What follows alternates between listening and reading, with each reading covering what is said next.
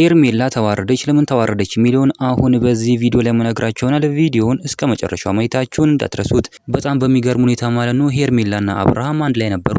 አንድ ላይ ነበር የሚኖሩት። ነገር ግን አሁን ላይ አብርሃም ካንቺ ጋር መሆን አልፈልግም፣ ካንቺ ጋር መሆን እኔ በቅቶኛል ሲል ተናግሯል። ይህም ደግሞ የሆነበት ምክንያት የሄርሜላ ፍቅረኛ ከአሜሪካ ድረስ እዚህ ስለመጣ በዚህ ምክንያት ነው እንግዲህ አብርሃም አልፈልግሽም፣ ካንቺ ጋር መሆን አልፈልግም፣ እኔ ካንቺ ጋር መሆንም አልፈልግም ሲል ተናግሯል። ይሄ ደግሞ በጣም የሚገርም ነገር ነው። ለሩታ በጣም ሰፊ መንገድ ይሆንላታል ተብሎ ይጠበቃል። በጣም ነው የሚገርመው። ሄርሜላም በዚህ ድርጊቱ በጣም ተናዳን ያለችው እንደዚህ ማድረግ የለብም እንደዚህ መሆን የለበትም ስትል ተናግራለች። ደግሞም በጣም የሚገርም ነገር ነው። አብርሃም ማለት ሴቶች ላይ የተጫወተ ይገኛል። አብርሃም ሴቶችን እየተጫወተባቸው ይገኛል። ይሄ ደግሞ ተገቢ አይደለም ማለት እንፈልጋለን። እንደዚህ አይነት ነገሮች ትክክለኛ ነገር አይደሉም። ይሄ ትክክለኛ ውሳኔ አይደለም ማለት እንፈልጋለን ማለት ነው። ሩታ ላይም ቢሆን ነገም ሩታ ላይ ቢሆን ሩታ ላይ እንደዚህ ይጫወትባታል። ነገር ግን ሩታ በጣም ተደስታለች በዚህ ማለት ነው። ለምን ብትሉ ያው ከሷ ጋር ተው በቃ እሱ ሩታ መመለሱ በጣም 100% ሰፊ ነው ማለት ነው። ይሄን በዚህ ምክንያት እንግዲህ ሩተኛ እንቁኛ ጀግና እድል እንዳላት እንግዲህ ታውቋል። በጣም ነው የሚገርመው። ነገር ግን እኔ ሩታ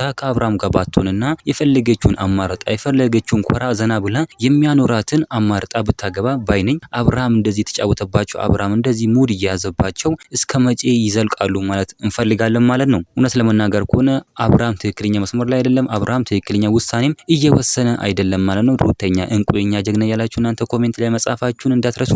ቪዲዮ ላይክ ቻናሉ ሰብስክራይብ ማድረግ እንዳትረሱ። በሌላ ቪዲዮ እስከምንገናኝ በያላችሁበት የዓለም ዳርቻ ሰላማችሁ ብዝት ይበልልኝ። ደህና ሁኑልኝ።